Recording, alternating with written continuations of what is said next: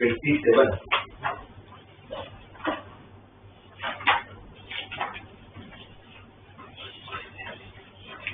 f of 0 equal to 2 वाला।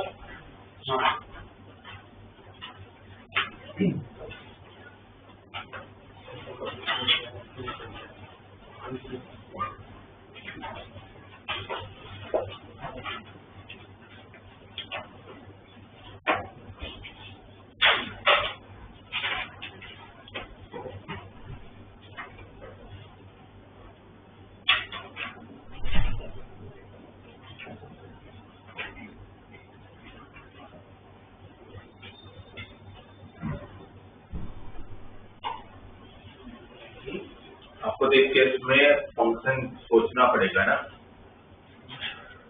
ठीक है। अगर डबल डेश ऑफ एक्स अगर एफ ऑफ एक्स दिया हुआ है, अगर मैं इसमें इंटीग्रेशन कह दिया तो दोनों तरफ इंटीग्रेशन करूंगा, दोनों तरफ इंटीग्रेशन करूंगा तो मुझे समझ में आ रहा है कि भाई F double dash of x का डिफरेंस इंटीग्रेशन क्या होगा, एफ डैश ऑफ एक्स और एफ ऑफ एक्स का क्या होगा पता नहीं, क्योंकि एफ ऑफ एक्स से नहीं पता है, राइट। तो इसका मतलब ये है कि भाई यहाँ पर अगर मुझे करना है तो एक चीज ये कर सकता हूँ मैं, दोनों तरफ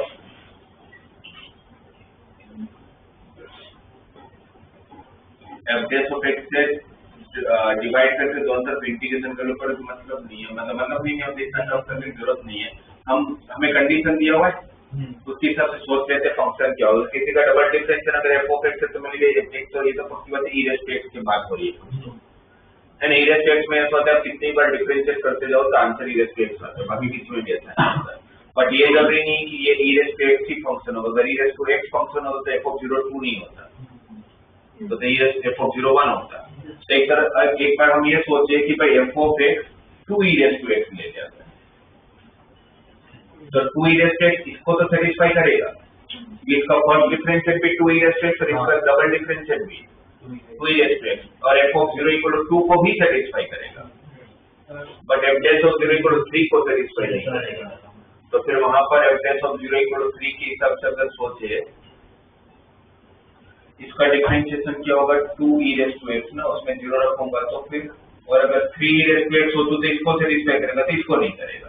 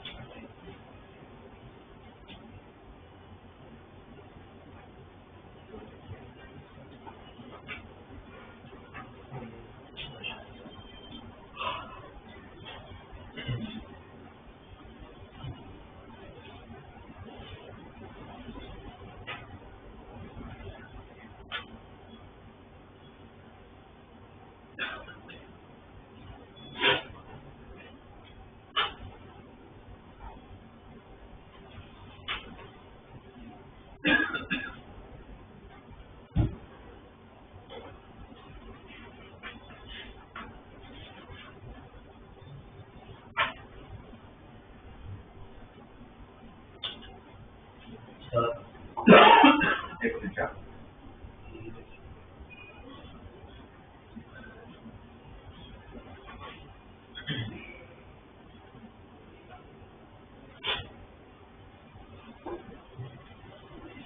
देखो ना थोड़ा सा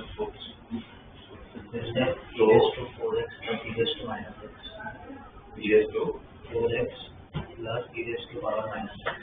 E raised to 4x plus e raised to power minus x. e raised to 4x पर हम हो गए तो e raised to 0 1 plus 1 2 हो जाएगा, इसका डिफरेंशिएट करोगे तो 4 time e raised to 4x minus e raised to power minus x.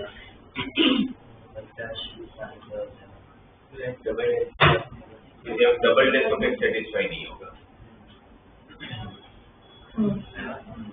Double dash of x नहीं होगा, मतलब मुझे तीनों चीजें ध्यान में रखनी है। तो पॉसिबिलिटी है मिली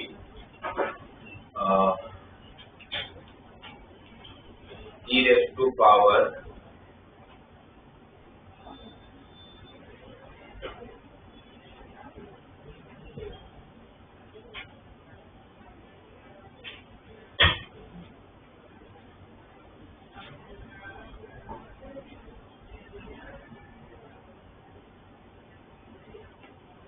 क्योंकि मैं यहाँ पर कोएफिशिएंट नहीं रख सकता, अगर यहाँ पर कोएफिशिएंट रखने जाऊंगा तो ये मैच नहीं होगा, तो वो तो e raised to x ही रहने वाला है, राइट।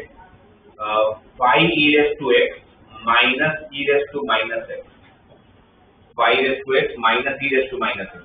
अब देखो इसका पहले डबल डिफरेंशिएट करेंगे, इसका फर्स्ट डिफरेंशिएट है 5 raised to x plus e raised to minus x। 5 e raised to पहले ये एक चीज चेक करते हैं ना, सारी चीजें एक साथ इतना थोड़ी घुमाते हैं।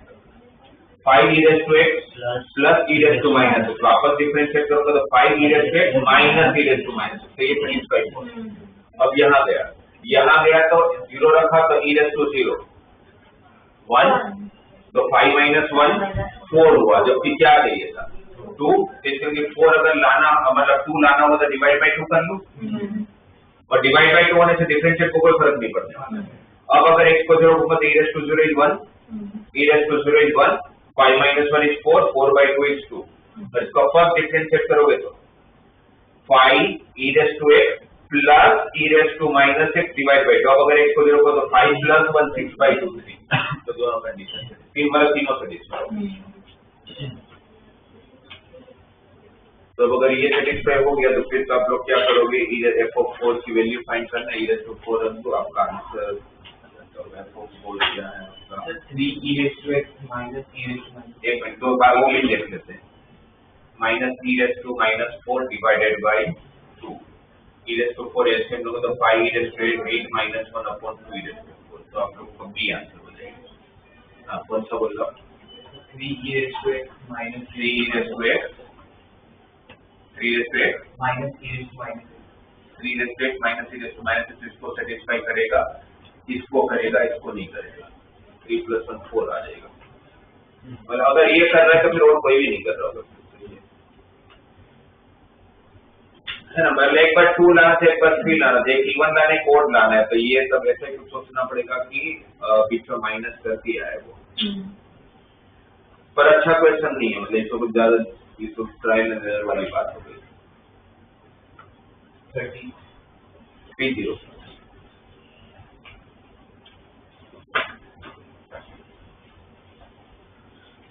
30 वाले में आपको दिया है कि sin raised to 4x by sin raised to 4x by x का इंटीग्रेशन का आंसर क्या दिया हुआ है, f of x। अगर इसका आंसर अगर f of x है तो आपको बोला गया है कि sin raised to 4 time p plus q into x by x का आंसर क्या होगा। तो अगर इसका आंसर अगर दिया हुआ है तो मुझे इसको इसी फॉर्मेट में लाना पड़ेगा। इस फॉर्मेट में एक ही प्रॉब्लम है, मतलब एक ही फर्क है, यहाँ पर सिंगल वेरिएबल नहीं है। इसके अंदर हम p plus q into x को t ले लेते हैं, p plus q into x को अगर t लोगे तो इसका डिफरेंशिएशन क्या होगा, dt by dx equal to p plus q, तो dx की value dt upon p plus q, तो क्या हो जाएगा ये sin raised to 4 t, x की वैल्यू कितनी हो जाएगी यहाँ पर इधर रखना पड़ेगा। x की वैल्यू कितनी हो जाएगी p by p plus q, तो p प्लस q ऊपर गया और dx dt upon p plus q तो कैंसिल हो जाएगा। तो sin raise to 40 upon t, और हमें पता है कि अगर मैं वेरिएबल को चेंज कर भी लेता हूँ तो कोई फर्क नहीं पड़ता है। देखो ऐसे तो आप इसकी सबसे एफ ऑफ टी आंसर है। एफ ऑफ एक्स का आंसर क्या हो जाएगा एफ ऑफ, और टी हमने किसको लिया है T plus q into x को, तो टी आंसर।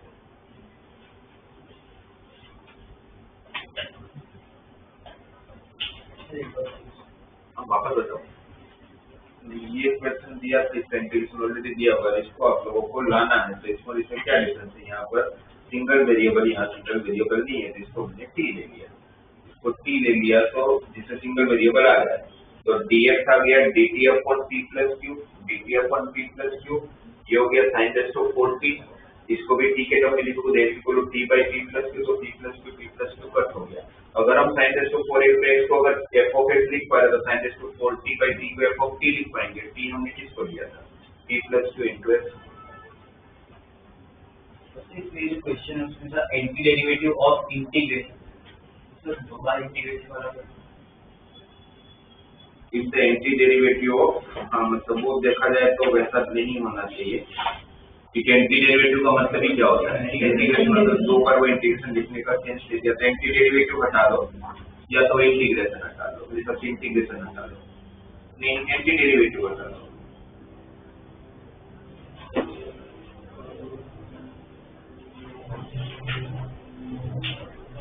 प्रतिमान हो गया इसका, नहीं के बाद कैसे करोगे सर कोस की थीटा की फॉर्मूला लगाने के लिए उसमें से कोस थीटा कॉमन लेंगे तो tan थीटा बचेगा, फिर नीचे जो कोस स्क्वायर थीटा बचेगा उसको 1/sec² थीटा लिखेंगे, फिर उसको tan में कन्वर्ट 1/sec² थीटा को कैसे चेक करना है, तो एलसीएम लेके sec² थीटा भी ऊपर चला जाएगा, लेकिन उसको 1/tan² थीटा भी पर डिवाइड में है ना करते हैं। पहले तो ये करना नहीं चाहिए जो आप बोल रहे हो, बट क्योंकि नीचे कभी भी टर्म बढ़ाने नहीं चाहिए, आप टर्म बढ़ा रहे हो, पर फिर भी देखते हैं आप अपने हिसाब से सोचोगे तो थोड़े से लॉजिक तो आपको यूज करने के लिए ये करने का सेंस ही नहीं है, क्योंकि cos 3 थीटा को आपने लिखा 4 cos cube theta minus 3 cos theta, ठीक है। आप बोल रहे हो cos थीटा कॉमन लेके sin theta by cos theta को tan थीटा बना लेते हैं, बाकी बचा 4 cos स्क्वायर थीटा, उस cos स्क्वायर थीटा को आप बोलते हो कि sec स्क्वायर थीटा लिख लेते हैं, फिर ये sec स्क्वायर थीटा को आप बोल रहे हो कि 1 प्लस tan स्क्वायर थीटा लिख लेते, वो भी डिनोमिनेटर के डिनोमिनेटर में, तो क्या फायदा है। अब चाहो तो ये कर सकते हो एलसीएम ले लो, और आप बोलो वैसा करते हैं अपने tan theta upon 4 by 1 plus tan square theta minus LCM लेने के लिए तो भी बात और फिर ऊपर sec square theta tan theta into sec square theta divided by 4 minus 3 sec square theta, sec square theta को 1 प्लस tan स्क्वायर थीटा रहने दो। आप ये बोल लो tan थीटा को t लिया, ये sec स्क्वायर थीटा कैंसिल, फिर क्या बचा होगा आपको पता है t upon 4 minus 3t square, और ये सिर्फ अभी तक एक ही टर्म हुआ है, ऐसे और दो टर्म है। ये तो पक्की बात है कि इसमें इंटीग्रेशन इंपॉर्टेंट नहीं है, तो इसके अंदर ट्रिग्नोमेट्री इंपॉर्टेंट है। मगर ये क्वेश्चन में इंटीग्रेशन हटा दोगे ट्रिग्नोमेट्री का क्वेश्चन, और सेम क्वेश्चन आप लोगों ने पहले भी किया होगा, क्या करेंगे ऐसे क्वेश्चन में इंटीग्रेशन थोड़ी पहले सोचते हैं, ऐसे क्वेश्चन में ट्रिग्नोमेट्री पहले सोचते हैं। सिंप्लीफाई कैसे करोगे इतने बड़े टर्म है तो साइन थीटा, और हर एक में एक फॉर्मेट देख लो, एंगल ट्रिपल है, यहाँ थीटा है तो यहाँ 3 थीटा है, उसके बाद वाले में ऊपर 3 थीटा है तो नीचे 9 थीटा है, फिर ऊपर 9 थीटा है तो नीचे 27 थीटा है। हर एक में सेम फॉर्मेट है, तो अगर सेम फॉर्मेट है तो इसका जो आंसर आता है वही सेम फॉर्मेट है, इसका आंसर आता है वही सेम फॉर्मेट है, इसका आंसर आता होगा। इसको आंसर बनाए कैसे, cos थीटा से मल्टीप्लाई डिवाइड कर लेते हैं, cos थीटा से डिवाइड मल्टीप्लाई करने पर फायदा है, इसको 2 से मल्टीप्लाई 2 से डिवाइड करूंगा तो ऊपर sin 2 थीटा की फॉर्मूला हो जाएगी, अब ऊपर sin 2 थीटा हो गया और नीचे थीटा और 3 थीटा है, तो यही सेम एंगल लाने का फायदा है। ये तो वही क्वेश्चन नहीं हो गया, dx upon cos of x minus a into cos of x minus b। नीचे दोनों सेम होता है तो ऊपर हम लोग कैलकुलेटर के साइन लेके आते हैं, नीचे दोनों सेम है ऊपर साइन ही दिया हुआ है तो लाने की भी जरूरत नहीं है। बट यही सेम एंगल आए तो फायदा है। साइन टू थीटा को लिख लेंगे 3 थीटा माइनस थीटा और नीचे क्या है 2 cos थीटा cos 3 थीटा। अब फॉर्मूला लगेगी। अच्छा सेम इसमें करोगे तो ये क्या होगा cos 3 थीटा से डिवाइड मल्टीप्लाई तो sin 6 थीटा हुआ होगा, उसको लिखा होगा 9 थीटा माइनस 3 थीटा और नीचे बचा होगा 2 time cos 3 theta into cos 9 theta और लास्ट वाले में cos 9 थीटा से मल्टीप्लाई किया होगा तो ऊपर sin 18 थीटा हुआ होगा, उसको लिखा होगा sin 27 थीटा माइनस 9 थीटा और नीचे बचा होगा 2 cos of 27 theta into cos of 9 theta. और यहाँ पर formula sine of a minus b क्या होगा sin a cos b minus cos a sin b। इसमें क्या होता है कि एकदम कट होते हैं और हर एक में से 2 कॉमन है बाहर ले लेता हूँ। sin 3 theta cos theta upon cos 3 theta cos 3 theta क्या बचा होगा sin 3 theta cos theta divide by cos 3 theta cos theta cos 3 theta तो tan 3 theta minus cos 3 theta sin theta तो माइनस tan थीटा। इसका answer अगर tan 3 theta minus tan theta है तो इसका क्या आता होगा और लास्ट वाले का तो आप देखेंगे तो आपके पास क्या क्या कट होगा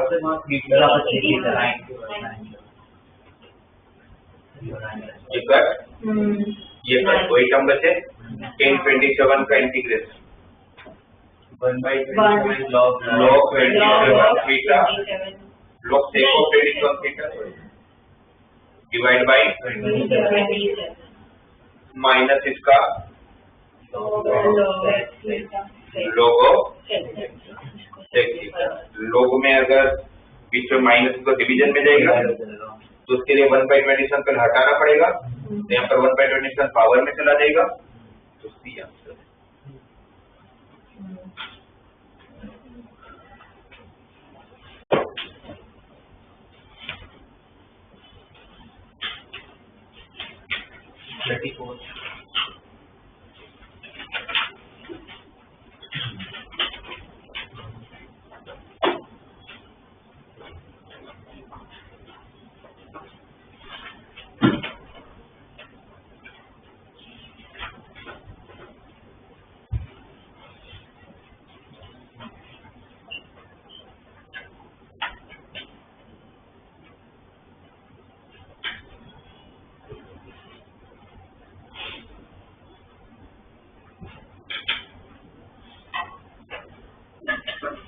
कौन सा 34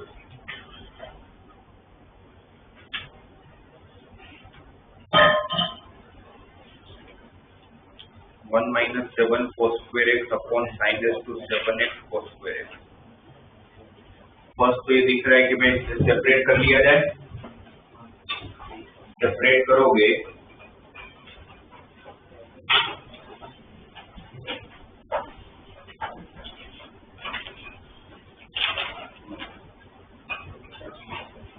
क्या होगा 34 में सेपरेट करेंगे तो 1 upon sin raised to 7x into cos square x 1/cos square x और x square x लिख लिया जाए और दूसरा term 7 upon sin raised to 7x। इसमें देखिए इसका इंटीग्रेशन नहीं कर सकते, देखिए समझ आ रहा है इसका इंटीग्रेशन तो नहीं हो पाता होगा।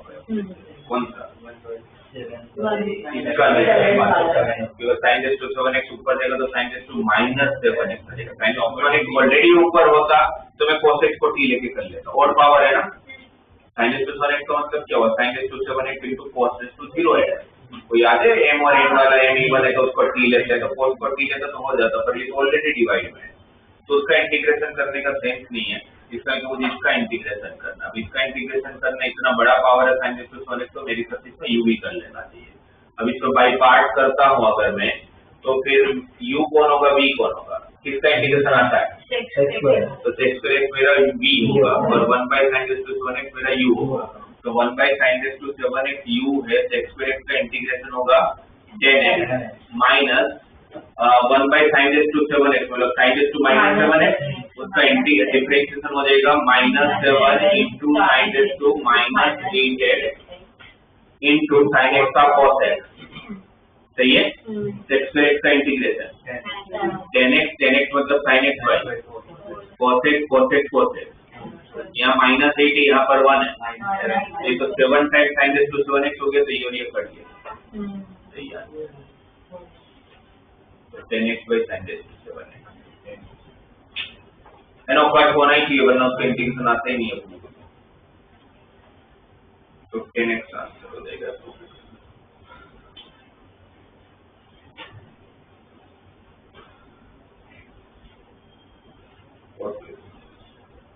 और फिर जो नीचे डिटरमिनेंट दिया हुआ है उसे ओपन करके ही करना पड़ेगा इंटीग्रेशन, या इंटीग्रेशन जा सकता है?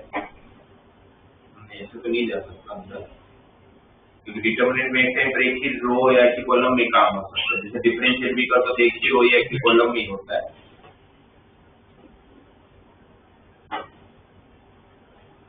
ये तो सोल्व करना पड़ेगा।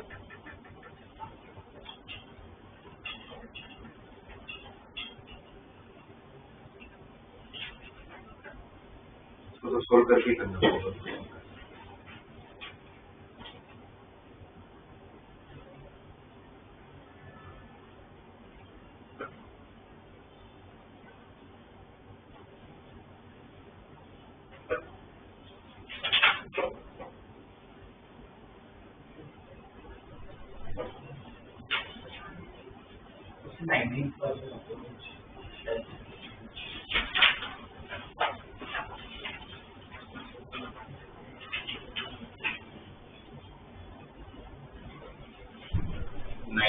वाला हाँ, जैसे क्वेश्चन में आपको क्या करना चाहिए, आपको ये दिया हुआ है कि 3 + 2 cos x upon 2 + 3 cos x का होल स्क्वायर, राइट। अब इसकी इस क्वेश्चन की प्रॉब्लम कौन है देखा जाए तो ये स्क्वायर है ना, ये स्क्वायर मेरी प्रॉब्लम है, क्योंकि अगर 3 + 2 cos x upon 2 + 3 cos x होता तो नीचे का पूरा टर्म ऊपर लिया आता वो, सही है ना, फिर तो सेपरेट हो जाता। तो इस क्वेश्चन की प्रॉब्लम वो स्क्वायर है और हमें पता है कि इंटीग्रेशन किसी का तो डिफरेंशिएट होता होगा, अब किसका डिफरेंशिएशन होता होगा तो ये कंफर्म है कि भाई नीचे अगर स्क्वायर है तो v का स्क्वायर नहीं आता है। तो जिसका भी आप डिफरेंशिएशन करने वाले हो, जिसका डिफरेंशिएशन करने वाले उसका denominator part 2 + 3 cos x, right. तभी v का स्क्वायर आएगा डिफरेंशिएशन में, और ऊपर भी कोई टर्म होगा। अब ऊपर भी अगर कोई टर्म होगा, मैं सोच लूं कि भाई 1 होगा तो काम नहीं करता होगा, कि 1/2 + 3 cos x का डिफरेंशिएट करोगे तो -1/2 + 3 cos x का होल स्क्वायर तो हो जाएगा, बट इनटू में फिर -3 sin x भी आएगा, जबकि आपको ऊपर क्या चाहिए 3 + 2 cos x है। तो नॉर्मली ऐसे क्वेश्चन में ऐसा होता है कि अगर नीचे cos है तो ऊपर कोई साइन का टर्म होता है, उसके साथ कोई कोएफिशिएंट हो सकता है, वो पता नहीं कौन सा होगा। तो अभी के लिए मान लेते हैं a sin x, तो a हमें ढूंढना है। अब इसका डिफरेंशिएट करो, 2 + 3 cos x है, a sin x का differentiate a cos x minus a sin x है, तो 2 + 3 cos x का differentiate -3 sin x divided by 2 + 3 cos x का होल स्क्वायर। अब आपके पास क्या बचना चाहिए, 3 + 2 cos x बचना चाहिए, 3 + 2 cos x बचना चाहिए, 3 + 2 cos x बचना चाहिए। तो इसका मतलब कि 2 cos x के लिए a को 1 होना पड़ेगा, करेक्ट। अब अगर a 1 हुआ तो फिर आपके पास 3 cos x sorry 2 cos x आ सकता है, साथ में क्या आएगा 3 cos स्क्वायर है, और a अगर 1 है तो यहाँ पर क्या आएगा +3 sin स्क्वायर है, तो 3 cos स्क्वायर + 3 sin स्क्वायर है 3 जो कॉमन लिया होगा, तो याद रखिए। तो a हमें बस एक ढूंढना होता है ऐसे क्वेश्चन में, तो आप डायरेक्टली इक्वेट करके पता चल जाएगा। और अगर यहाँ sin x होता तो ऊपर cos x लेता। अगर यहाँ पर 3 + 2 sin x upon 2 + 3 cos x होता, तो 2 + 3 sin x होता, तो नीचे 2 + 3 sin x है, तो ऊपर फिर sin है तो cos लेने का, cos है तो sin लेने का। हम ले सकते क्वेश्चन में इस तरह का।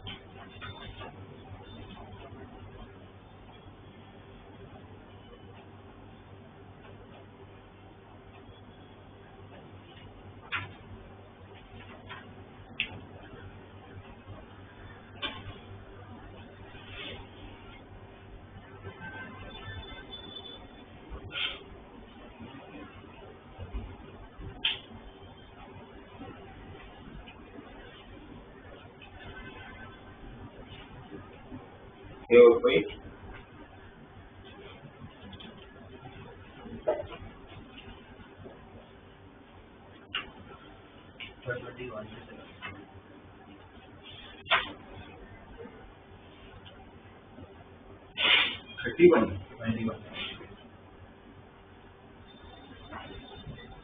तो स्मॉल एफ ऑफ एक्स का इंटीग्रेशन को कैपिटल एफ ऑफ एक्स बोला है, और बाजू में आप लोगों को एक्स क्यूब, मतलब अगर मुझे बोला गया है कि एफ ऑफ एक्स का इंटीग्रेशन को अगर आप कैपिटल एफ ऑफ एक्स बोल सकते हो, x cube F of x के इंटीग्रेशन को आप कैपिटल एफ के टर्म में क्या बोलोगे? इसमें अगर आप देखोगे तो आपके पास एक तो यहाँ पर एफ ऑफ एक्स है और यहाँ पर क्या दिया हुआ है, एफ ऑफ एक्स स्क्वायर दिया हुआ है। तो पहला काम ये करते हैं कि एक्स स्क्वायर को टी लेते हैं, तो अब इसका डिफरेंशिएशन 2x = dt/dx। तो dx की वैल्यू रखूंगा तो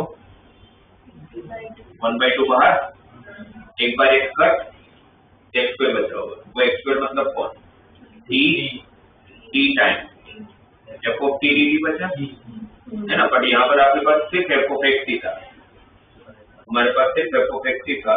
तो अगर मतलब साथ में कोई क्वेश्चन नहीं होना चाहिए देखा जाए तो अगर क्वेश्चन नहीं होना चाहिए तो क्या करेंगे जिसको क्वेश्चन हटा पाए, एक बार अगर वो सोचे।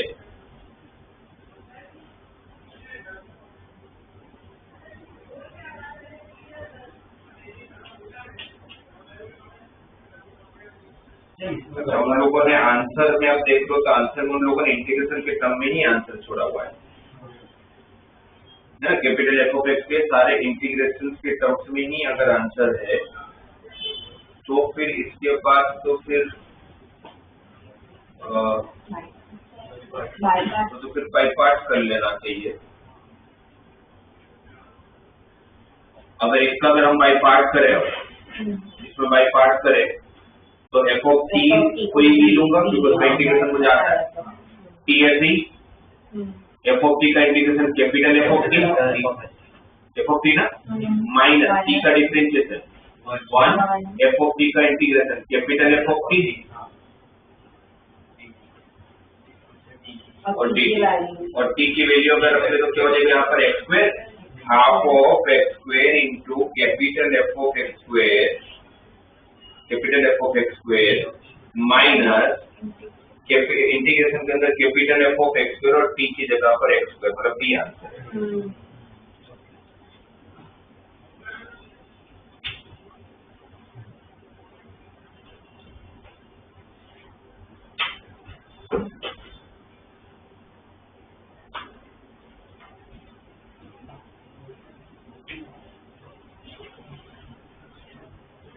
डेफिनेट में जो आप लोगों ने एनसीईआरटी किया होगा उसमें कोई डाउट?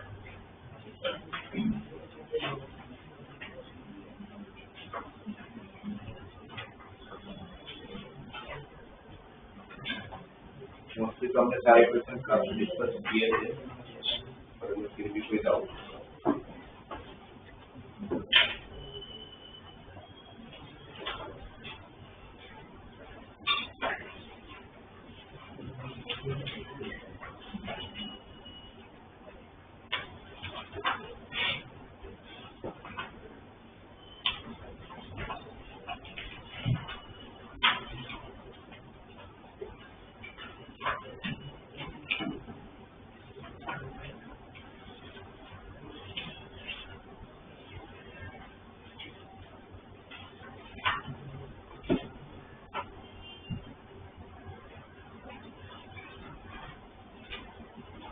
तो कोई डाउट टेक्स्ट बुक में?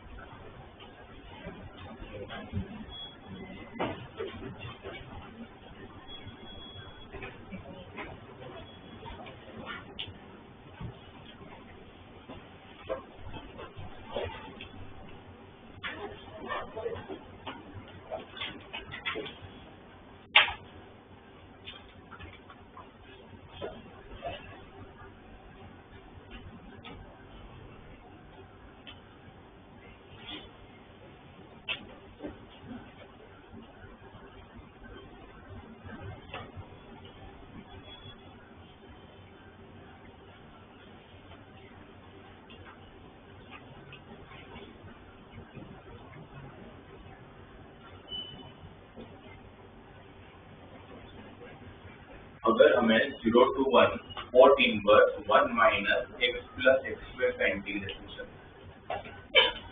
अभी तक हमारे पास 7 प्रॉपर्टी है। फर्स्ट थी property upper limit lower limit same होगा तो आंसर 0। सेकंड प्रॉपर्टी था लिमिट को इंटरचेंज करोगे तो आंसर में माइनस का डिफरेंस आएगा। थर्ड था लिमिट को सेम रखे अगर वेरिएबल को इंटरचेंज कर भी लूंगा तो कोई फर्क पड़ता नहीं है।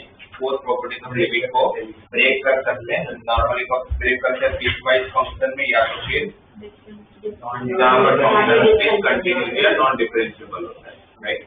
और फिफ्थ था किंग ऑफ प्रॉपर्टी, सिक्स था ऑड इवन वाली प्रॉपर्टी और सेवन था लिमिट को हाफ आने वाली प्रॉपर्टी, राइट। अब ये क्वेश्चन दिया हुआ है 0 से लेके 1 4 inverse of 1 minus x plus x square. क्या करें? सबसे पहला स्टेप क्या करें?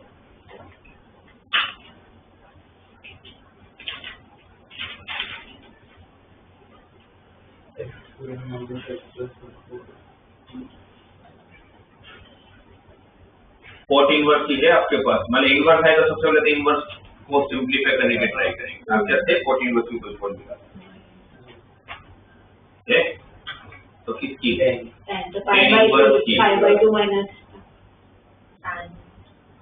टेन इनवर्स की प्रॉपर्टी है आपके पास, है ना। टेन इनवर्स की फॉर्मूला वगैरह, तो फोर्थ इनवर्स को किस में कन्वर्ट कर लेते हैं?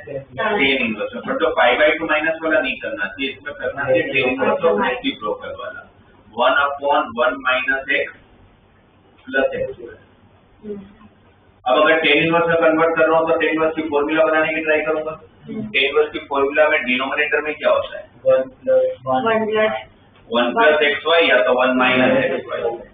तो उसके लिए नीचे 1 तो है, फिर उसके बाद दो टर्म का प्रोडक्ट होता है।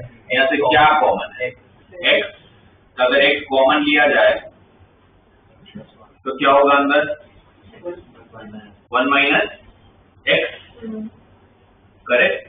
अब अगर वापस फॉर्मूला के बारे में सोचूं तो जो दो टर्म का प्रोडक्ट यहाँ पर होगा वही दो टर्म का एडिशन ऊपर होना चाहिए। तो देखोगे तो एडिशन है ही वो, x प्लस 1 माइनस x क्या हो जाएगा? 1 ही तो बचेगा। किसकी फॉर्मूला हो गई? Tan inverse x plus 0 to 1 tan inverse of 1 minus. अब नॉर्मल टेन इनवर्स x का इंटीग्रेशन करना है तो इनटू 1 से बाय पार्ट कर लूंगा। बट अभी अगर करना होगा तो दोनों में बाय पार्ट करना पड़ेगा। उससे अच्छा है कि मैं वहां पर फिफ्थ वाली प्रॉपर्टी लगा दूं। फिफ्थ वाली प्रॉपर्टी के हिसाब से आप x की जगह पर किसको रिप्लेस करोगे? 0 plus 1 minus x की जगह किसको रिप्लेस करोगे? 0 0 plus 1 minus x, मतलब 1 minus x को रिप्लेस करोगे, 1 minus x को रिप्लेस करोगे तो 1 माइनस माइनस, तो ये tan इनवर्स x की हो जाएगा, ये भी tan इनवर्स x। इसमें फिक्स प्रॉपर्टी लगाने पर 1 minus of 1 minus x apply करता तो 1 1 कट हो जाता, tan इनवर्स x बनता, तो देखा जाता आपका क्वेश्चन क्या हो गया, ट्वाइस हो 0 to 1 tan इनवर्स x। अब tan इनवर्स x का इंटीग्रेशन इनटू 1 से बाय पार्ट कर लूंगा, तो ऐसे ही ये भी ये u, तो tan इनवर्स x ऐसे 1 का integration x minus tan inverse x का डिफरेंशिएशन 1 अपॉन 1 प्लस x फिर 1 का इंटीग्रेशन x। अगर यहाँ पर 1 प्लस x मिले तो उसका डिफरेंशियल ऊपर सेट कर लेते हैं, लीनियर बाय क्वाड्रेटिक, नीचे को t लूंगा तो ऊपर का 2x कैंसल, क्या बचेगा, twice of x into tan inverse x minus half of ln mod of 1 plus x square plus c, अगर प्लस c नहीं है तो 0 to 1, तो 0 to 1 अगर पुट करोगे 1 रखोगे तो tan inverse 1 5/4 minus half of ln 2 और 0 ये भी हो जाएगा, ln 1 भी 0 हो जाएगा, एक 2 अंदर ले लूंगा तो फाइनली आंसर 5/2 माइनस इनवर्स है। ट्रिग्नोमेट्री है तो पहले तो एक बार सिंपलीफाई करके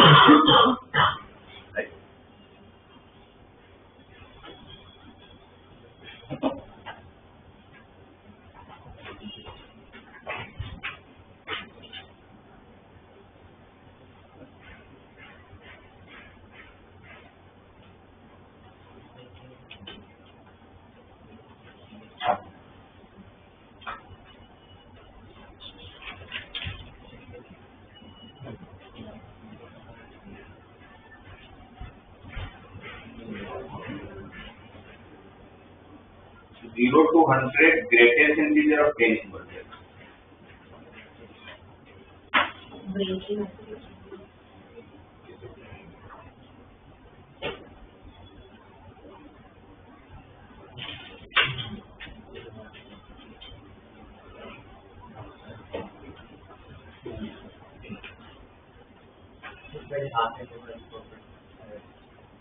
वो ग्रेटेस्ट इंटीजर है,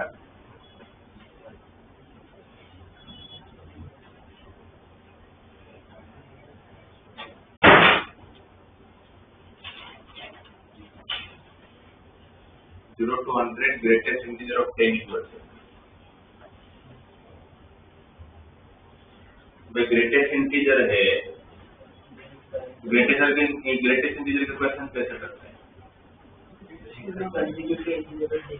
तो मुझे लग रहा है कि थोड़ा ज्यादा वो दे दिया, पहले थोड़ा छोटा करते हैं, सिंपल बात। अगर आपको 1 से लेके 2 greatest integer of 2x plus 3 दिया हुआ है तो कैसे करोगे आप इसका इंटीग्रेशन?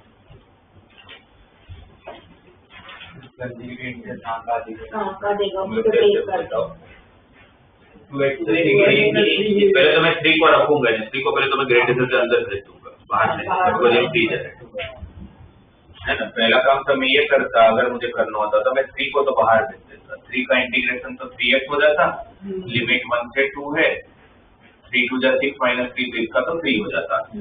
अब यहाँ बताओ क्या करोगे, फिर 2x ही होगा, ब्रेक कहाँ होगा और कैसे होगा? 1 से 1/2 पे आपको ये कंसेक्यूटिव चाहिए, ऑलरेडी कंसेक्यूटिव ही है, बट ये रेंज किसकी है, फंक्शन क्या दिया हुआ है 2x, तो x अगर 1 से 2 के बीच में है तो 2x किसके बीच में होगा, 2 से 4। अब 2 से 4 होगा तो कंसेक्यूटिव तो है नहीं, तो किसमें ब्रेक करोगे, 2x इज बिटवीन 2 to 3 और 2x इज बिटवीन 3 to 4। तो 2x अगर 2 से 3 के बीच में होगा तो उसका ग्रेटेस्ट इंटीजर का आंसर 2 से 3 का ग्रेटेस्ट का आंसर 2 और 3 से 4 का ग्रेटेस्ट का आंसर 3 का आंसर भी मिल गया मुझे। इसका इंटीग्रेशन करना। अब लिमिट किसकी थी, आंसर फंक्शन का होता है, लिमिट x की होती है, लिमिट x की होती है, आंसर फंक्शन का होता है। अब फंक्शन कुछ भी दिया जा सकता है यहाँ पर, पर यहाँ लिमिट जो रखोगे वो किसका होगा, x का होगा। तो 2x 2 से 3 के बीच में होगा, तो x किसके बीच में होगा, 1 से 3/2, और 2x 3 से लेके 4 के बीच में होगा, तो x किसके बीच में होगा, 3/2 से 2। मैं जहां से स्टार्ट करूंगा जहां खत्म करूंगा वो मैच हो जाना चाहिए। अगर मैच हो रहा है तो सही जा रहा हो, नहीं हो रहा है तो गड़बड़। तो फिर 2 का इंटीग्रेशन 2x हो जाएगा, लिमिट 1 से लेके 3/2, और 3 का इंटीग्रेशन 3x, लिमिट 3/2 से 2, और ये 3 का आंसर ऑलरेडी आ चुका था। यहाँ 3/2 रखूंगा तो 3 बचेगा, 1 रखूंगा तो 2 बचेगा, 3 - 2 1 हो जाएगा, यहाँ पर 2 रखूंगा तो 6 आ जाएगा, है ना, और 3/2 रखूंगा तो 9/2 होगा, प्लस 3, तो 4 + 6 10 माइनस 9/2, तो 5 हो जाएगा 11/2। आंसर क्या होगा, 11/2। ये होगी आपके बोर्ड लेवल के क्वेश्चन, मतलब बोर्ड में से क्वेश्चन आते हैं।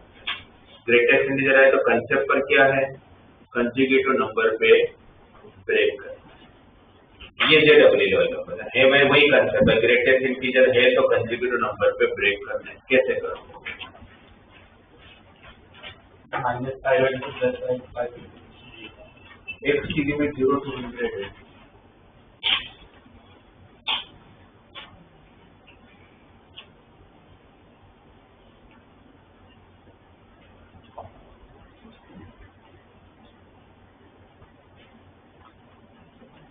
पहला ब्रेक क्या होगा,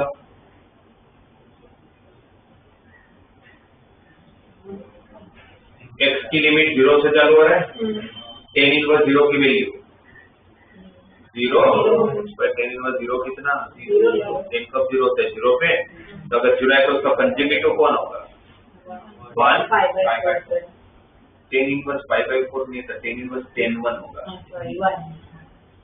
आपका पहला ब्रेक होगा 0 से लेके 10/1, क्या होगा, क्योंकि 0 रखूंगा तो tan इनवर्स 0 0 होगा, और 10/1 रखूंगा तो tan इनवर्स 10/1 1 होगा। कंजुगेटिव नंबर पे ब्रेक करना है, तो पहला ब्रेक क्या होगा, 0 से लेके 10/1। दूसरा ब्रेक क्या होगा, 10/1 से 10/2। फिर तीसरा ब्रेक जैसे कहाँ तक जाओगे आप, आपको पता है 10 को कौन सी वैल्यू 100 होती है। कंजुगेटिव आपको बस इतना ध्यान रखना है, greatest integer it means conjugative number, और कुछ नहीं समझना है। x आपको दिया हुआ है 0 से लेके 100, राइट। अब मुझे पता है कि मेरा फंक्शन tan इनवर्स x है, तो जब मैं यहाँ पर tan इनवर्स अप्लाई करता हूँ, tan इंक्रीजिंग फंक्शन है तो मेरी इनइक्वालिटी को फर्क नहीं पड़ता होगा, tan इनवर्स 0 की वैल्यू, तो tan इनवर्स 0 की वैल्यू क्या हो जाएगा, 0। tan कब 0 होता है, 0 पे, तो अगर यहाँ 0 है तो यहाँ पर क्या आना चाहिए, 1 आना चाहिए। तो पहला ब्रेक होगा 1 कब आएगा, x की वैल्यू क्या होगा तो 1 आएगा, तो tan इनवर्स ऑफ 10/1, तो tan इनवर्स ऑफ 10/1 करोगे तो 1 हो जाएगा। इसलिए मेरा पहला ब्रेक 0 से लेके 10/1 होगा, राइट। पहला ब्रेक 0 से लेके 10/1 होगा। अब दूसरा ब्रेक अगर इसके हिसाब से सोचे तो 10/1 से लेके 10/2 होना चाहिए। तीसरा ब्रेक 10/2 से लेके 10/3 होना चाहिए। हाँ, लगता है ऐसा ही है, बट ऐसा होगा क्यों नहीं होगा, इसलिए नहीं होगा बिकॉज आपको इसमें tan इनवर्स का ग्राफ ड्रॉ करना चाहिए, तो आपको ज्यादा समझ आएगा। tan इनवर्स का ग्राफ अगर याद होगा तो tan इनवर्स की रेंज इसमें ये 5/2 के ऊपर और -5/2 के नीचे तो जा नहीं सकता। tan कैसा फंक्शन होता है, इंक्रीजिंग और डिक्रीजिंग, इंक्रीजिंग 5/2 को टच नहीं कर पाएगा और -5/2 को भी टच नहीं कर पाएगा, बिकॉज वहां पर वो इनफाइनाइट होता है। tan 90 की वैल्यू अनडिफाइंड होता है, tan -90 की वैल्यू अनडिफाइंड होता है। तो tan इनवर्स का ग्राफ ऐसा होता है। ये आपका किसका ग्राफ है, tan इनवर्स का ग्राफ है। पहला ब्रेक जो आया, अब नेगेटिव वैल्यू काम की नहीं है क्योंकि यहाँ पर लेने कोई पॉजिटिव बोल रहा है। पहला ब्रेक आया 0 से लेके, जब यहाँ पर कहीं पर 10/1 होगा, तो 0 से लेके 10/1 होगा, x की वैल्यू जब 0 से लेके 10/1 होगा, है ना, पहला ब्रेक क्या किया था हमने 0 से लेके, तो उसके साथ आपका आंसर क्या आ जाना है 0 भाई। 0 से लेके 10 1 अगर होगा तो 10 इनवर्स 0 इज 0 और 10 इनवर्स 10 1 इज 1। 0 to 1 का ग्रेटेस्ट इंटीजर क्या होता है 0। आप हमेशा किसी कर्व का ग्रेटेस्ट इंटीजर का अगर आपको इसका ग्राफ बनाना आता है आएगा, मतलब अगर आपको ग्रेटेस्ट ऑफ एक्स स्क्वायर का ग्राफ बनाने को देते आएगा।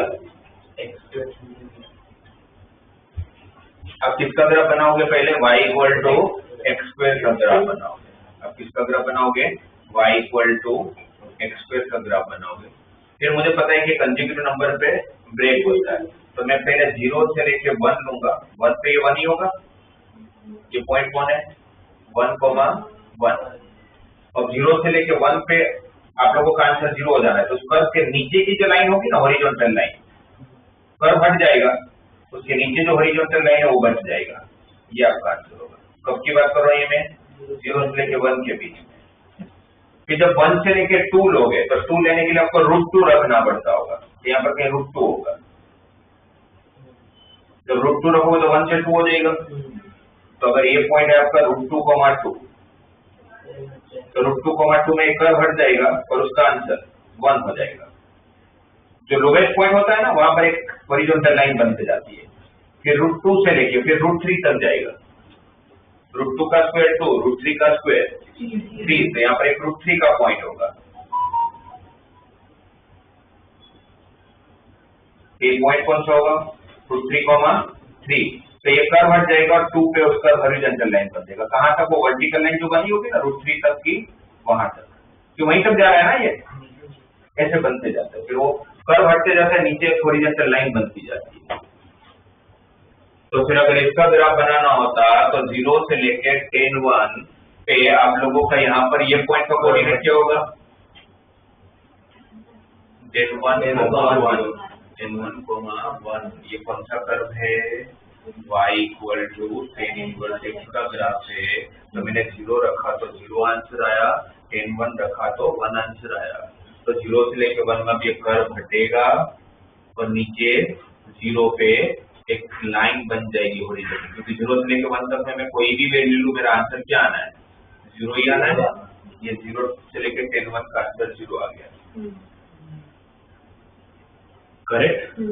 अब नेक्स्ट ब्रेक अगर आप देखते हैं तो 10 1 से लेके 10 2, और 10 2 पे उसका आंसर क्या आएगा। अगर मैं 10 इनवर्स इसमें 10 2 रखूंगा तो अगर इसमें 10 2 रखता तो आंसर कितना आएगा 2, बट ये 2 तक जा ही नहीं रहे तो 1.5 पर अटक जाता है। इसलिए क्या वो 10 2 तक कभी पहुंचेगा ही, मतलब एंगल 10 2 हो सकता है, पर प्रॉब्लम ये कि 10 2 अगर रखोगे तो इसका आंसर 2 आएगा, वो कभी नहीं पहुंचेगा। इट मीन्स 1 से लेके 1.57 तक ही जा रहा है ये 1 से लेके 1 पे चला गया और 1 से लेके कहां तक जा पा रहा है 1.57 तक ही जा रहा है। तो 1 से लेके 1.57 तक का अब ये कर्व हटेगा और 1 पे एक नंबर लाइन बन जाएगा। अगर एक हॉरिजॉन्टल लाइन बन जाएगा कहां तक है वो इसका मतलब है कि नेक्स्ट ब्रेक डायरेक्टली लेके 10 1 से लेके 100 तक ही होगा, फिर वो पूरा बीच में कुछ भी ब्रेक नहीं होगा। और 10 1 से लेके 100 का इंटीग्रेशन हमारा ग्रेटेस्ट का वैल्यू 1, तो 0 का इंटीग्रेशन तो 0 हो जाएगा, 1 का इंटीग्रेशन x हो जाएगा, उसमें फिर upper limit minus lower limit रखूंगा तो 100 माइनस 10।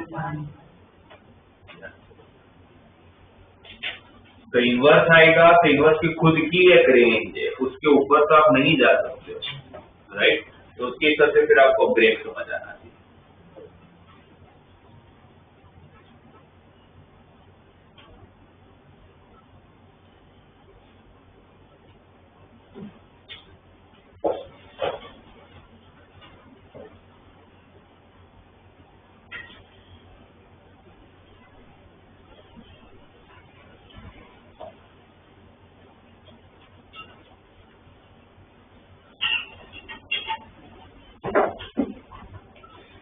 मॉड्यूल या भी आप लोगों का डेफिनेट वाला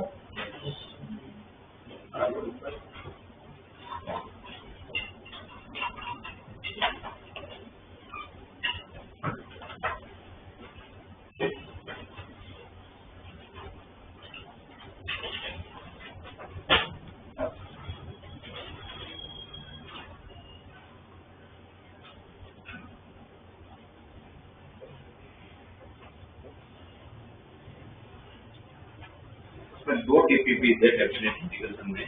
तो फर्स्ट डीपीपी जो है वो पूरा इंडेफिनिट से हो जाएगा और डीपीपी 2 जो है पूरा प्रॉपर्टी बेस्ड क्वेश्चन से सारे के सारे।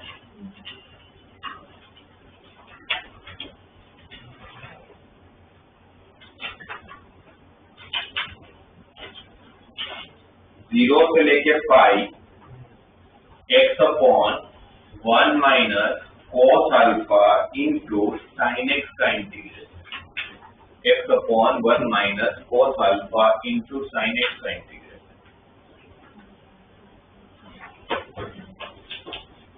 कैसे करेंगे? इस क्वेश्चन की प्रॉब्लम कौन है? ऊपर x है ना, मतलब 2 फंक्शन है, अलजेब्रिक और नीचे ट्राइगोनल, वो प्रॉब्लम है। तो ऊपर का x हटाने की ट्राई करते हैं। कैसे हटाएंगे? फिफ्थ वाली प्रॉपर्टी, जहां पर भी x है वहां पर 0 से लेके पाई x की जगह पर pi minus x divided by 1 minus cos alpha into sine of pi minus x। तो पाई है तो साइन का साइन ही होगा, सेकंड क्वाड्रेंट में साइन पॉजिटिव होता है तो साइन x ही हो जाएगा। ठीक है, फिर क्या करेंगे? सेपरेट करोगे तो पहला टर्म क्या होगा? Pi time 0 to pi dx upon 1 minus cos alpha into sine x। और दूसरा टर्म कौन होगा? आई हो जाएगा। क्वेश्चन ही आ जाएगा। माइनस आई को शिफ्ट करूंगा तो y। तो हमारा जो टेंशन था x वो तो हट गया। अब मुझे बताओ इसका इंटीग्रेशन कैसे करेंगे? अब तो इनडेफिनिट चाहिए। आपकी प्रॉपर्टी से ऐसा थोड़ी होता है कि आंसर तक पहुंचा देता है, तो बहुत कम क्वेश्चन होगा। बाकी तो आपको एक ऐसी जगह पहुंचा देगा जहां से आपको इंडेफिनिट आता होगा। कौन सी मेथड? स्टैंडर्ड फॉर्म है। 10 में कैसे लो? मतलब कि कौन सा फॉर्म है? dx upon a cos x plus b sin x plus c वाला फॉर्म है। भाई cos अल्फा का कांस्टेंट है तो कौन सा 10 वाली फॉर्मूला लगाते थे इसमें? तो dx upon 1 minus cos alpha into sin x की formula 2 tan x by 2 upon 1 plus tan square x by 2। 1 plus tan square x by 2 अगर न्यूमरेटर में जाएगा तो क्या बनेगा? tan square x by 2, correct. और यहाँ पर क्या हो जाएगा? 1 plus tan square x by 2 minus 2 cos alpha into tan x by 2। अरे फॉर्मूला क्यों लगाते हैं हम लोग? tan x by 2 को t लेके उसका डिफरेंशिएशन किया जाएगा तो क्या आएगा? x square x by 2 into 1 by 2 का dx क्या होगा? 2 dt upon x square x by 2। x square x by 2 cut हो जाएगा। पर अगर मैंने कुछ अज्यूम किया तो लिमिट भी तो चेंज करूंगा। 0 रखा तो tan 0 की वैल्यू, पाई रखा तो tan पाई by 2 की वैल्यू इनफाइनाइट। ऊपर का x square x by 2 cut गया, ये 2 बाहर आ गया, क्या बचा?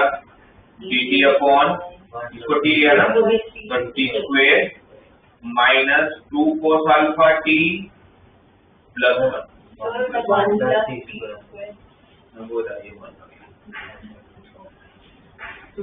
Square minus 2 cos alpha t plus 1। Already कहा गया, क्या करोगे? परफेक्ट स्क्वायर बनाओगे तो t square minus 2 cos alpha t है, इसको आप किसके साथ इक्वेट करोगे? 2xt के साथ। s कितना? cos अल्फा बाय 2xt के साथ इसको इक्वेट किया तो cos s कितना? cos alpha. आपको परफेक्ट स्क्वायर बनाने के लिए s चाहिए, s स्क्वायर चाहिए, इसका कि मुझे cos स्क्वायर अल्फा चाहिए। तो अगर मैंने प्लस cos स्क्वायर अल्फा किया होगा तो सामने तो ये किसका स्क्वायर हो गया?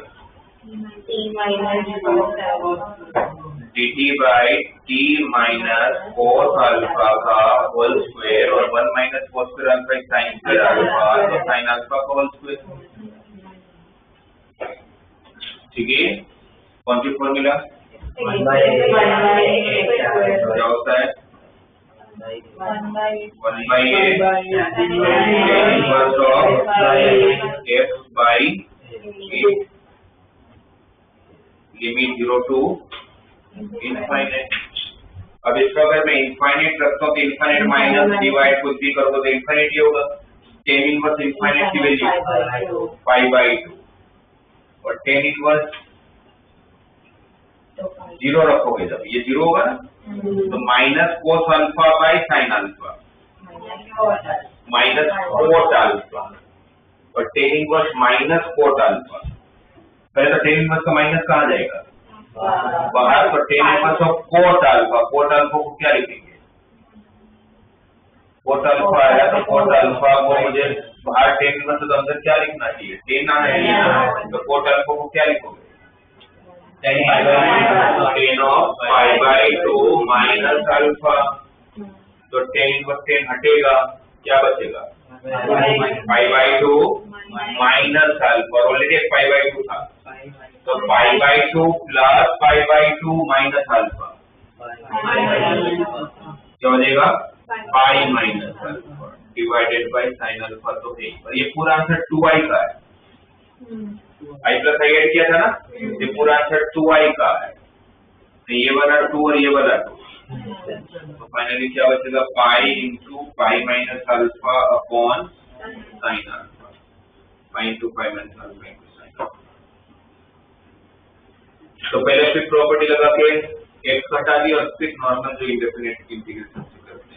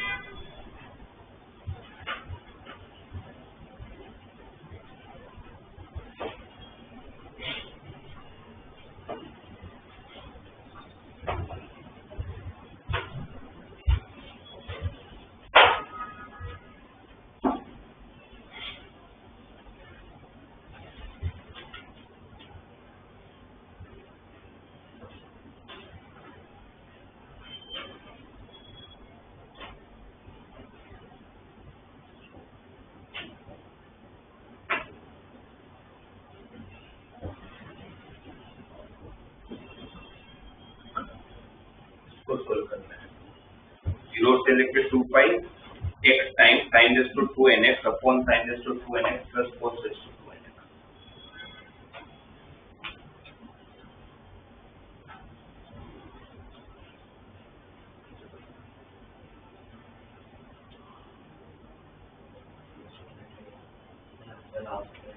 क्या करेंगे पहला प्रॉब्लम तो कौन है पहले तो प्रॉपर्टी लगाएंगे प्रॉपर्टी लगाएंगे तो हो जाएगा 0 से लेकर 2 पाई x की जगह पर किसको रखोगे और साइन रेज़ टू 2n में अगर 2 पाई माइनस x रख तो 2 पाई तो साइन का साइन ही रहेगा cos का cos ही रहेगा क्वाड्रेंट से फर्क नहीं पड़ता क्योंकि पावर ही 1 है। नेगेटिव भी आ रहा होगा तो पॉजिटिव हो जाएगा तो सेम ही रहने वाला है।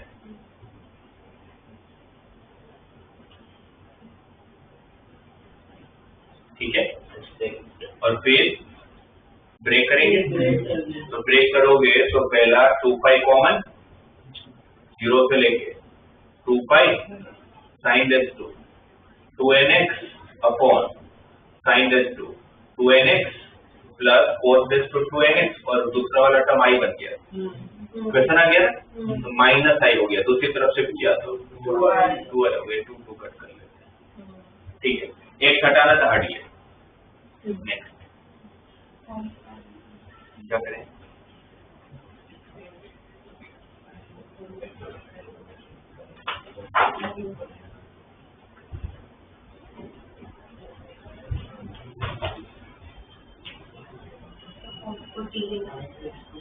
उसको टी कैसे ले सकते हैं तो सबसे क्या करते हैं क्या लग रहा है आपको, क्या फायदा होगा? तो उसका डिफरेंशियल से एक साइन आएगा, ऊपर साइन इज टू 2nx को कैंसिल करवा, ऊपर भी कहीं जाएगा, ऊपर साइन का पावर 2n है, तो एक साइन को कट करवा कोई मतलब नहीं। Sir, cos raised to 2n, cos raised to 2n क्या होगा? सर ऊपर x स्क्वायर नीचे 10, ऊपर 10 square 10 raised to 2n। Divide करने पर कब फायदा होता है, जब ऊपर से x स्क्वायर है और नीचे 10 है, नीचे x तो कुछ फायदा नहीं है ना। और वैसे भी 2n नहीं पता है तो आपकी तकलीफ तो वही है। ये इंडेफिनेट से नहीं होगा, आप गलत डायरेक्शन में सोचते हैं। इंडेफिनेट हो ही नहीं सकता, 2n नहीं पता तो कैसे हो जाएगा इंडेफिनेट से? ये प्रॉपर्टी से ही होगा। ओड इवन कब यूज करते हैं, जब upper limit lower limit same हो और साइन ऑपोजिट हो। अब आप ये सोचो कि पूरे में प्रॉब्लम कौन है? पावर उसका तो कुछ कर नहीं सकता ना, 2n है वो तो सही है, बट वो उसका कुछ कर नहीं सकता। ऊपर साइन है वो भी प्रॉब्लम नहीं, इसकी प्रॉब्लम उसकी लिमिट है। अच्छा, वहां पर 2 की जगह पर π/2 होता तो फिर प्रॉपर्टी लगा था, साइन का cos हो जाता और नीचे सेम ही रहता, तो ऐड करता तो कट हो जाता। इसका मतलब है कि मेरी प्रॉब्लम वो लिमिट है, वहां पर 2 नहीं होना चाहिए। तो फिर मुझे 7th वाली प्रॉपर्टी यूज करनी पड़ेगी। इसमें क्या करना पड़ेगा? 7th वाली प्रॉपर्टी यूज करना पड़ेगा। 7th वाली प्रॉपर्टी की तरफ से मेरा फंक्शन कौन है?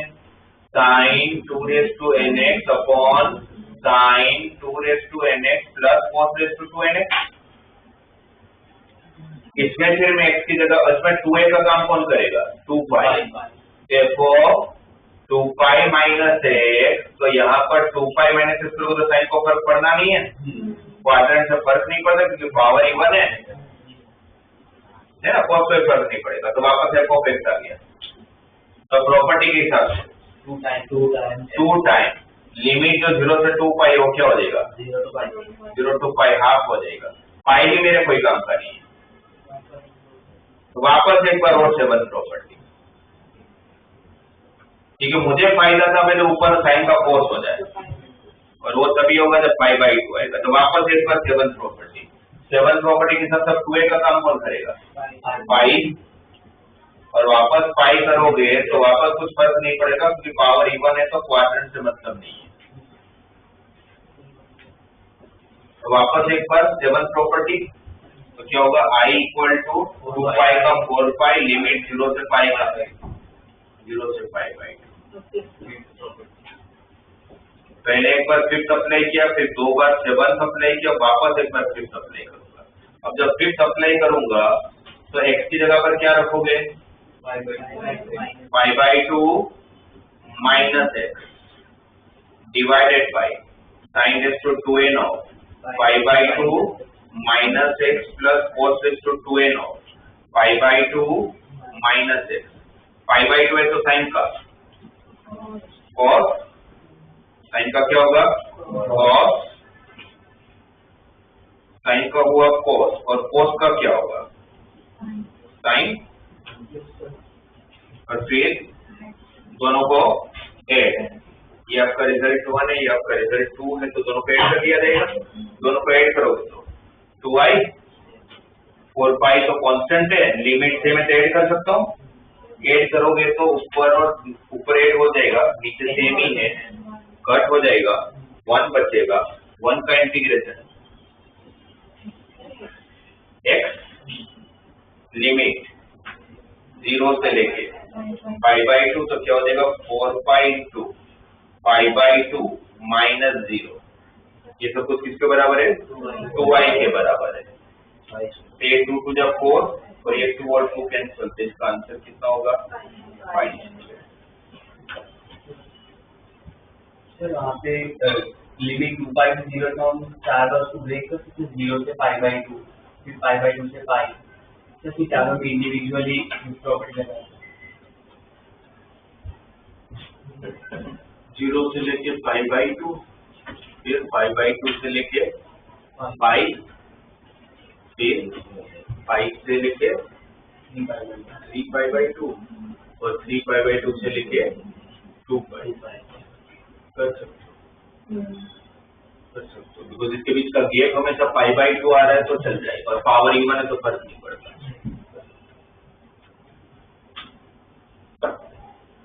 बट उससे तो बेटर है कि ये करो। तो आपको जब भी इंडेफिनेट से नहीं हो आपको दिख जैसे वो मुझे दिख रहा है कि इंडेफिनेट से हो जाएगा sin x को तो हटाना है, ये तो स्टैंडर्ड फॉर्म है। अब यहाँ पर पावर 2 है ना तो आप कर ही नहीं सकते x को इंडेफिनेट से, तो फिर आपको डेफिनेट के हिसाब से सोचना, उसकी प्रॉपर्टी जो है वो सोचो कि कैसे यूज करोगे।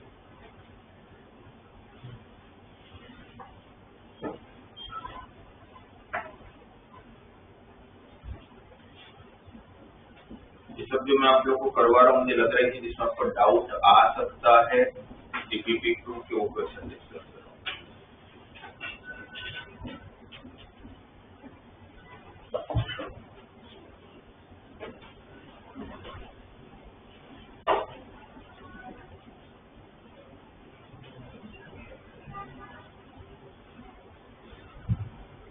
जीरो से लेके π/2 f of sin 2x into sin x dx को आपको इंटीग्रेट नहीं करना, बट सामने इंटीग्रेशन के टर्म्स में प्लान है √2 times 0 to π/4 f of cos 2x into cos x कैसे ना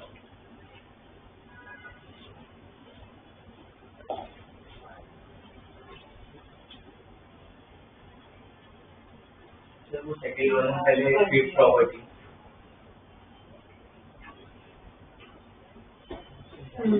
उस तरफ वाले cos 2x वाला में फिक्स प्रॉपर्टी वो फिर प्रॉब्लम नहीं करेगा आपको कभी। फिक्स प्रॉपर्टी लगाने के बाद राइट हैंड साइड को सॉल्व मत करो सर, √2 है, √2 नहीं ला पाओगे आप, लेफ्ट साइड को सॉल्व करो। तो लेफ्ट साइड को सॉल्व करोगे पहले हाफ वाला नहीं करना चाहिए अभी। हाफ वाला करोगे तो पहले तो ये हाफ वाले करने का मतलब क्या होता है f of x वापस f of 2a - x के बराबर होना चाहिए। यहाँ पर आप x की जगह पर π/2 - x रखोगे तो sin x का cos x हो जाएगा, तो सेम फंक्शन बनेगा नहीं, तो हाफ प्रॉपर्टी मेरी कोई काम की नहीं है।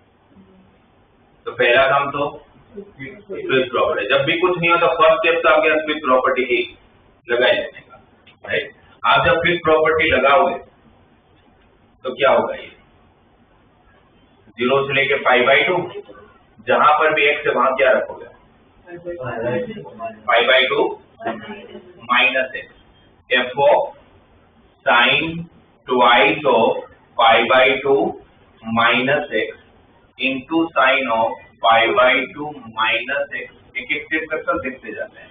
ये हुआ 0 से लेके π/2 f of ये तो अंदर जाएगा तो π - 2x होगा, पाई है तो साइन का क्वाड्रेंट सेकंड क्वाड्रेंट में साइन को तो sin 2x हो जाएगा, तो चलो वो sin 2x हो गया। sin π/2 - x क्या हो गया, cos x हो गया। ये आपके फिक्स प्रॉपर्टी के बाद ऐसा कुछ बना, फिर क्या करें,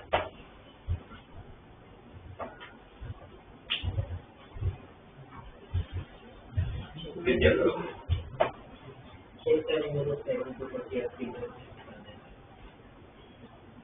सेवन प्रॉपर्टी तो बहुत दूर की बात है। आपको सबसे पहला फोकस ही सेवन प्रॉपर्टी बात सब जानेंगे। तो मेरी पहली प्रॉब्लम थी पूरे क्वेश्चन के सबसे पहली प्रॉब्लम था √2 है, अभी तो आया ही नहीं।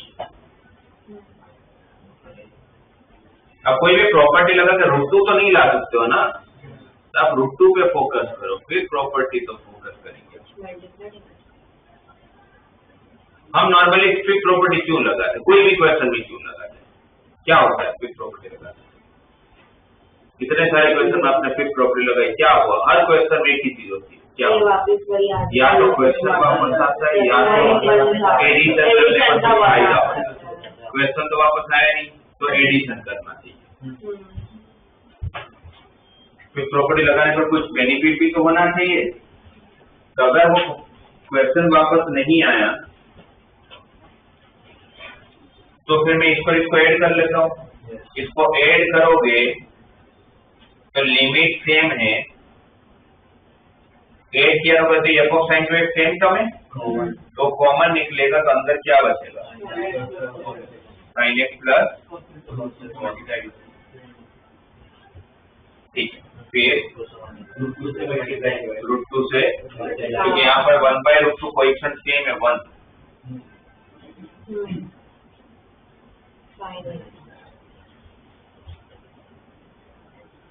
तो 1/√2 sin x plus 1/√2 cos x को फॉर्मूला बन जाएगी किसकी formula, sin π/4 plus x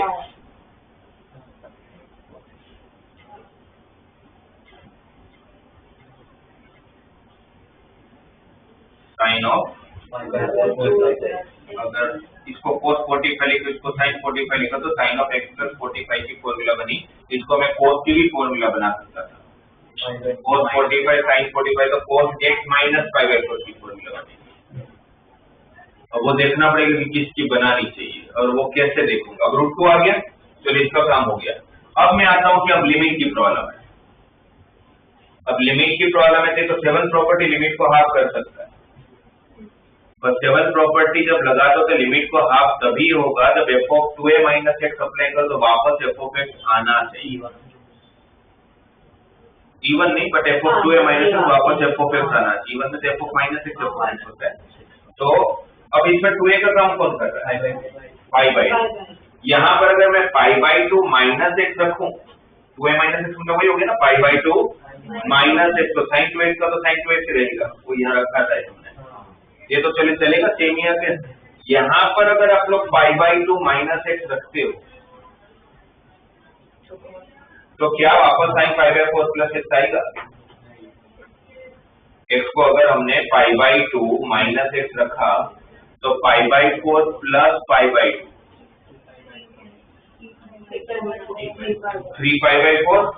3π/4 minus x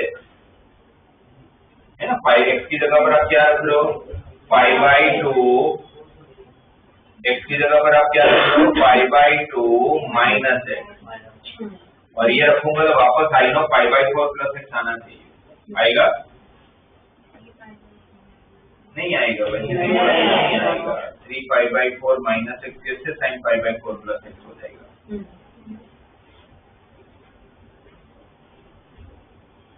तो फिर साइन की फॉर्मूला की जगह पर cos की फॉर्मूला पर लगा के देखते हैं, राइट। cos की फॉर्मूला अगर लगाऊंगा, cos की फॉर्मूला अगर लगाता हूं तो cos की फॉर्मूला में क्या बनेगा, ये cos π/4, इसको फिर sin 45 लिखा होगा, इसको cos 45 लिखा होगा, तो cos a cos b minus sin a sin b, इसकी फॉर्मूला बनेगी cos ऑफ x माइनस π/4।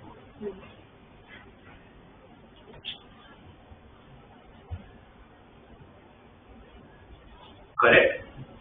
अब x की जगह, ये तो sin 2x आने वाला था, यहाँ पर x की जगह पर क्या रखोगे, π/2 माइनस x, तो cos of π/2 minus x minus π/4, π/2 minus π/4, π/4 minus x आया।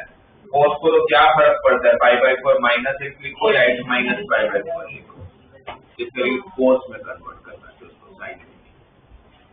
और फिर अब मैं वो 7th वाली प्रॉपर्टी लगाऊं, 7th वाली प्रॉपर्टी के हिसाब से मेरा कैपिटल f ऑफ x नाम दे देता हूं, स्मॉल f यूजुअली यूज कर रहा है, f of sin 2x into cos of x minus π/4। तो f ऑफ π/2 माइनस x जब रख रहा हूं तो वापस वो हमने जैसे चेक किया,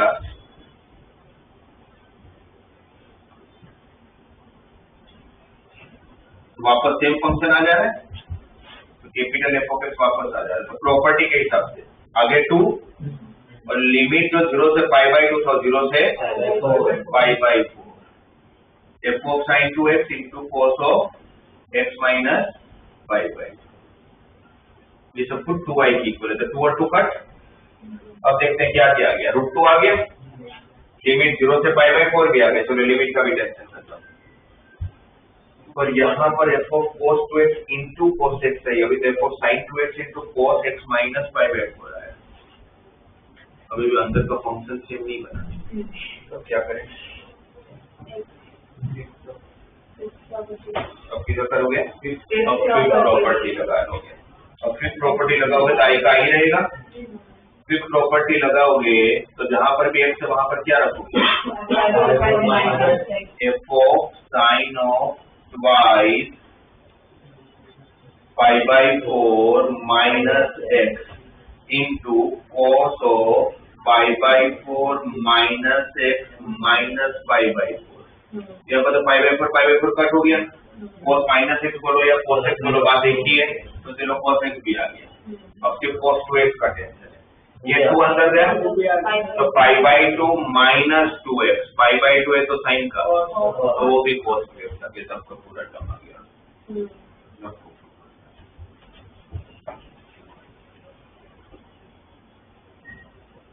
इसमें भी हमें फिफ्थ और सेवंथ प्रॉपर्टी का यूज करना है।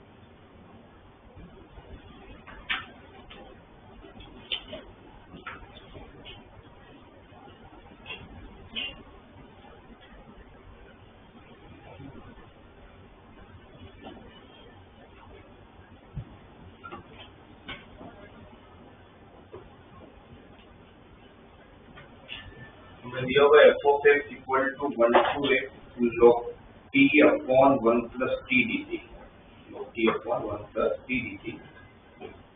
Find the function f of x plus f of 1 by x। पहले तो फंक्शन फाइंड करना है, f of x plus f of 1 by x।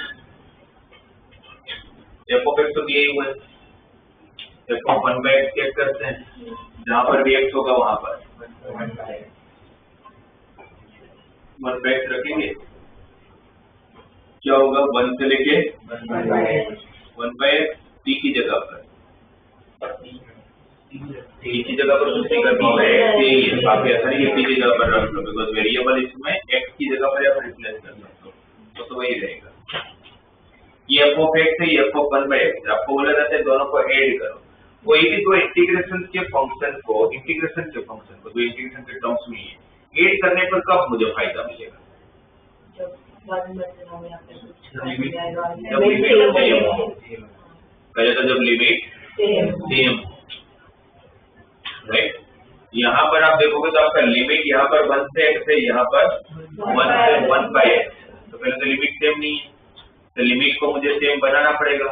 Limit को सेम बनाएंगे कैसे? यहाँ पर 1 by 1 को तो चलो ठीक है, वो तो सेम ही है, बस x को 1 by x बनाना है या 1 by x को x बनाना है, तो रेसिप्रोकल करना पड़ेगा। तो जब रेसिप्रोकल करना पड़ेगा तो हमें क्या करना है, t की जगह पर 1 by u रख ले, तो t को अगर मैंने 1 by u रखा तो what is dt? Minus 1 by u square du। अब लिमिट चेंज करोगे, t को 1 रखा तो u भी 1 ही आएगा, 1 का रेसिप्रोकल तो 1 ही होता है, पर t को 1 by x रखा तो u क्या हो जाएगा? x। t क्या रखा था? 1 by t क्या रखा था? dt क्या हुआ? Minus 1 by u square du। LCM लोगे, एलसीएम लेने के बाद एक बार u कट हो जाने वाला है, log 1 by u का आप क्या लिख सकते हो? u raise to power -1, 1 by u क्या होगा? u का पावर, log का पावर कहाँ जाएगा? वो माइनस और ये माइनस, प्लस हो जाएगा, तो क्या बचा? 1 by x log u divide by u plus 1 into tu by u बचा हुआ ना, करेक्ट। एक बार u कट हो गया, लिमिट को सेम रख के अगर मैं u को अगर t लिख लूं तो चले? लिमिट को सेम रख के वेरिएबल को चेंज कर लूंगा तो कोई फर्क नहीं पड़ता। अब ये किसकी वैल्यू है, एफ ऑफ 1x की वैल्यू चल रही है और ये एफ ऑफ x दिया हुआ है। ये मेरा फर्स्ट रिजल्ट है, ये मेरा सेकंड रिजल्ट है, तो मुझे दोनों को ऐड करना था क्वेश्चन के हिसाब से। अब दोनों का लिमिट है तो ऐड कर सकता हूँ। लिमिट सेम होने का वजह से जब ऐड करोगे तो आप इसका एडिशन करने वाले हो। यहाँ पर एलसीएम कितना है, t इंटू t प्लस 1 ऊपर से t प्लस 1 किससे मल्टीप्लाई करोगे, तो क्या हो जाएगा t log t plus log t upon t into t plus 1।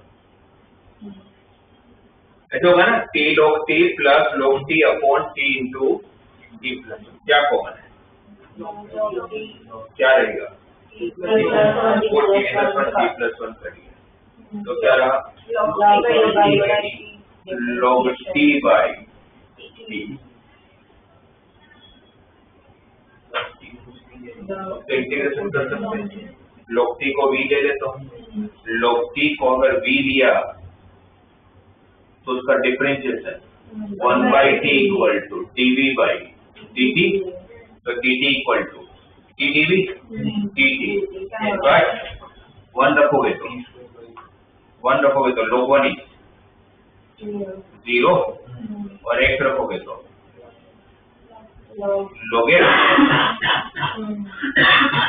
t cut हो चुका था, v बचा और dv बचा, v का integration square by 2 limit 0 to log x 1/2 constant है, v की जगह पर log x रखूंगा तो log x का होल स्क्वायर है तो log स्क्वायर x माइनस 0 तो 0 तो 0 हो जाएगा।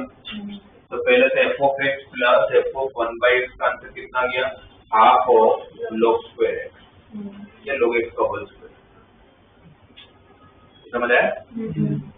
अब फाइंड क्या करना था, f of e plus f of x plus f of 1/x का आंसर ये है। तो अगर f of e plus f of 1/x find करना तो x की जगह पर क्या रखना है, e। x को अगर e रखोगे तो log e की वैल्यू 1 बाय डिफॉल्ट, बेस तो e है, 1 का स्क्वायर 1 ही हो जाएगा, answer 1/2।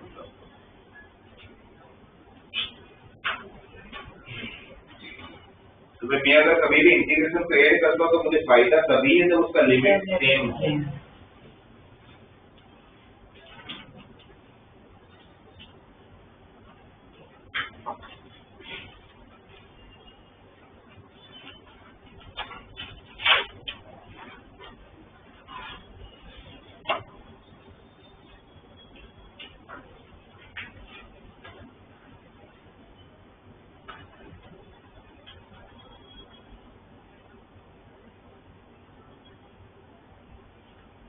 Mod of log x का इंटीग्रेशन कैसे करोगे, लिमिट 1/e से e दिया हुआ है।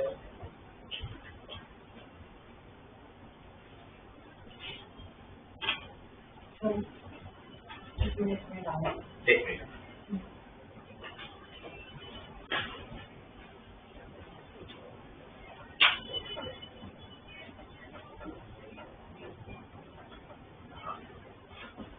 इसमें उन्होंने t इक्वल टू 1/u किया, बट वो लिमिट कैसे चेंज हुई? ये वाली लोअर लिमिट 1 था पहले, ये t की वैल्यू थी, t को 1 रखा तो u भी 1 आया, फिर t को 1/x रखा तो ux हो गया।